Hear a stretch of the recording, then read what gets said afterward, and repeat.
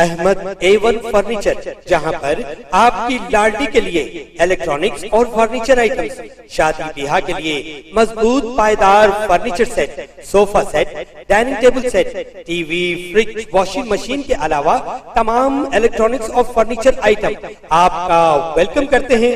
Ahmad A1 furniture और Ahmed electronics, opposite Shadan hotel, Ballaguda road, Hashimabad, Hyderabad.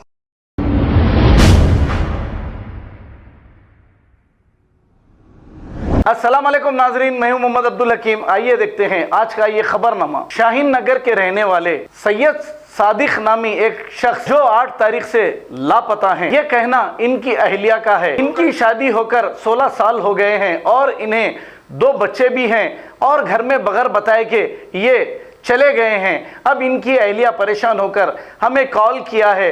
हालांकि इसकी शिकायत पुलिस स्टेशन में भी दर्ज कराई है। जिस किसी साहब को अगर ये नज़र आए या फिर ये खुद देख लें तो फौरी घर वापस आ जाएं और जो भी इनको देखें इस नंबर पर कॉल करें 9052167300। इस पर कॉल करके इनकी इत्तला दें तो मेहरबानी होगी।